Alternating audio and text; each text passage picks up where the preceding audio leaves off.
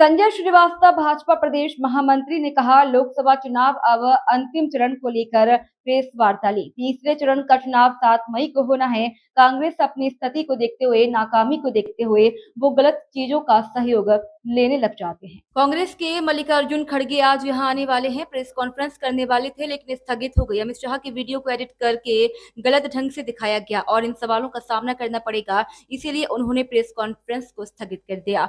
कांग्रेस के लिए फीडबैक आया है कि वो पिछड़ती जा रही है।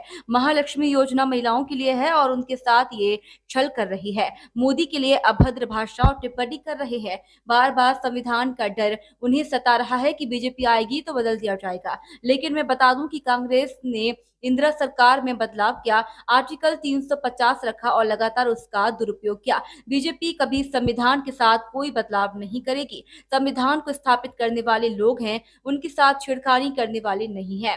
SC ST के साथ ही ठगने का काम कांग्रेस ने किया है। कांग्रेस को मुस्लिम आरक्षण स्वीकार है, लेकिन आदिवासी आरक्षण के खिलाफ है। कांग्रेस को 6 महीने पहले ही जनता ने नकारा है। ऐसे में फिर से वो जनता को फंसाने की कोशिश कर रही है, महिलाओं को भड़काने का काम कर रही है। कांग्रेस ने नारी न्याय योजना में इन्होंने कहा है, प्रत्येक परिवार को 1 लाख सालाना देने का ऐलान किया है। लोकसभा चुनाव 2024 छत्तीसगढ़ के परिप्रेक्ष्य में यदि बात करें तो छत्तीसगढ़ के चुनाव अंतिम चरण में है और तीसरे चरण का मतदान 7 मई को होना है। इसके पश्चात हम सब फ्री होंगे और आने वाले चरणों के अंदर में भारतीय जनता पार्टी के कार्यकर्ता उन कामों में करेंगे। जैसे जैसे चुनाव आगे बढ़ता है, राजनीतिक दल के कामों में, कार्यों में या नेताओं के प्रवास में कहें गति बढ़ती है, वो अपने कामों को धरातल पर ले जाकर आम जनता के बीच में जाते हैं। लेकिन कांग्रेस के साथ में मामला दूसरा है कि जैसे जैसे चुनाव के चरण आगे बढ़ रहे हैं, चुनाव आगे बढ़ रहा है, अपनी स्थिति को नाकाम देखते हुए वो झूठ और षड्यंत्र की राजनीति की ओर आगे बढ़ते चले जा रहे हैं और लगातार आम जनता को दिग्भ्रमित करके उसका राजनीतिक लाभ किस तरीके से कर सकें, इसके अनेक प्रयास जिसको हम सब लोगों ने आप सबके सम्मुख भी रखा है, चुनाव आयोग के सम्मुख भी रखा है। लगातार इस तरह की घटनाएं हो रही हैं। क्या वास्तव में लोकतंत्र के लिए, वास्तव में आम जनता के लिए चुनावों के अंदर में इस तरह की चीज़ों का सहयोग लेना या इस तरह की चीज़ों का प्रयोग करना उचित है या नहीं है, ये कांग्रेस को समझने की आवश्यकता है। मैं कहता हूँ चुनाव होते हैं, चुनाव में कभी हार होती, कभी जीत होती है, सरकारें आती, सरकारें जाती हैं, लेकिन हमारा कमिटमेंट, हमारे वादे या हम किन मुद्दों के साथ में हम आगे बढ़ रहे हैं, इस पर फोकस होना चाहिए और जनता पर छोड़ना चाहिए कि जनता क्या पसंद करती, क्या नापसंद करती, उसके आधार पर वो मतदान करेगी और उसके परिणाम जब आएंगे तो उस पर हम सबको चिंतन करने की आवश्यकता है। सबसे पहला विषय जो था कि कल कांग्रेस के माननीय राष्ट्रीय अध्यक्ष मल्लिकार्जुन खड़गे जी यहाँ पर आए थे, आज आ रहे हैं और जो मुझे जानकारी है हमारे मीडिया विभाग की तरफ से कि आज उनकी कोई प्रेस कॉन्फ्रेंस थी और वो प्रेस कॉन्फ्रेंस रद्द हुई है। जो सूचनाएं हमको प्राप्त है, जो कांग्रेस के धड़े से, कांग्रेस के घर खाने से अंदर से जो सूचनाएं आ रही हैं कि जिस तरीके से छत्तीसगढ़ में माननीय अमित शाह जी के वीडियो को कट करके उसको दूसरी तरीके से प्रदर्शित किया, जिसकी कंप्लेंट भी हमने चुनाव आयोग में की है, इसके जवाब से बचने के लिए यह रचना की गई कि इस प्रेस कॉन्फ्रेंस को रद्द किया जाए।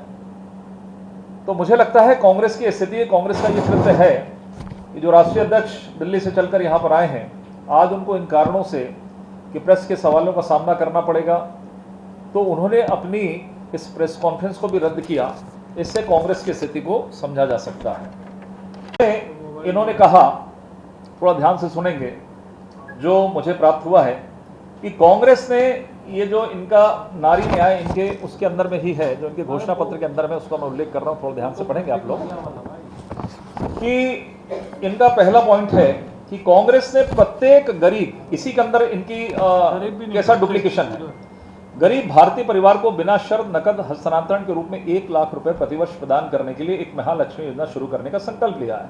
हितग्राहियों की पहचान सबसे जरूरतमंद परिवारों में से की जाएगी। जब ये प्रत्येक गरीब भारतीय परिवार को दे रहे हैं तो इसमें डुप्लीकेसी आती है कि सबसे जरूरतमंद परिवार का क्या विषय है, पहला। दूसरा, यह राशि सीधे घर की सबसे बुजुर्ग महिला के बैंक खाते में स्थानांतरित की जाएगी। बुजुर्ग महिला के नहीं रहने पर इसके परिवार के सबसे बुजुर्ग सदस्यों के खाते में की जाएगी। जब आप ये कह रहे हैं कि प्रत्येक गरीब भारतीय परिवार को जो है कि सभी महिलाओं को यदि आप 1 लाख रुपए दे रहे हैं तो घर की सबसे बुजुर्ग महिला अर्थात केवल एक महिला बुजुर्ग महिला को ही आप बात कर रहे हैं क्या? या तो आपको कहना चाहिए कि परिवार की किसी एक महिला को ही हम देंगे। आपने कहा है कि प्रत्येक गरीब जो परिवार की जो महिलाएं हैं उनको हम देंगे। तीसरा सबसे बड़ा विषय, योजनाओं को चरणों में शुरू किया जाएगा और लाभार्थी परिवारों की संख्या देखिएगा ना, योजना को चरणों में शुरू किया जाएगा और लाभार्थी परिवारों की संख्या और गरीबी उन्मूलन पर इसके प्रभाव का आकलन करने के लिए हर साल समीक्षा की जाएगी। कहने का अर्थ यह है कि इनके ही घोषणा पत्र में ये जो न्यारी न्याय, आप भी पढ़ेंगे मुझसे बेहतर आप लोग समझेंगे, इसमें ही इतना घुमा फिरा दिया गया है जिससे इनका ये कहना कि हम प्रत्येक गरीब परिवार की प्रत्येक महिलाओं को हम देंगे, कहीं कहीं ये तो लिखा है कि प्रत्येक महिलाओं को देंगे। कल सचिन पायलट के सम्मेलन में लिखा है झूठ, ये लिखा है ना प्रत्येक महिलाओं को, लिखा है ना भाई, दिखाइए ना। इसमें भी ये जो सम्मेलन था कि प्रत्येक महिला को प्रतिमाह 8,333 रुपए देंगे और 3 बिंदुओं को उल्लेख मैंने जो किया है कि इनके घोषणा पत्र में लिखा है। इनकी भावनाओं को समझा जा सकता है जिस तरीके से उन्होंने भूपेश बघेल जी को 2018 में प्रलोभन दिया था कि हम शराबबंदी कर देंगे, हम 500 रुपये देंगे, सिलेंडर देंगे, हम स्वसहायता समूह की बहनों को ऋण माफ करेंगे। यहाँ तक कि मैं युवा बेरोजगार की भी बात कर लेता हूँ जो आखिरी के 2-4 महीने के लिए चालू किया था, इन्होंने 5 साल देने की बात की थी, नहीं किया।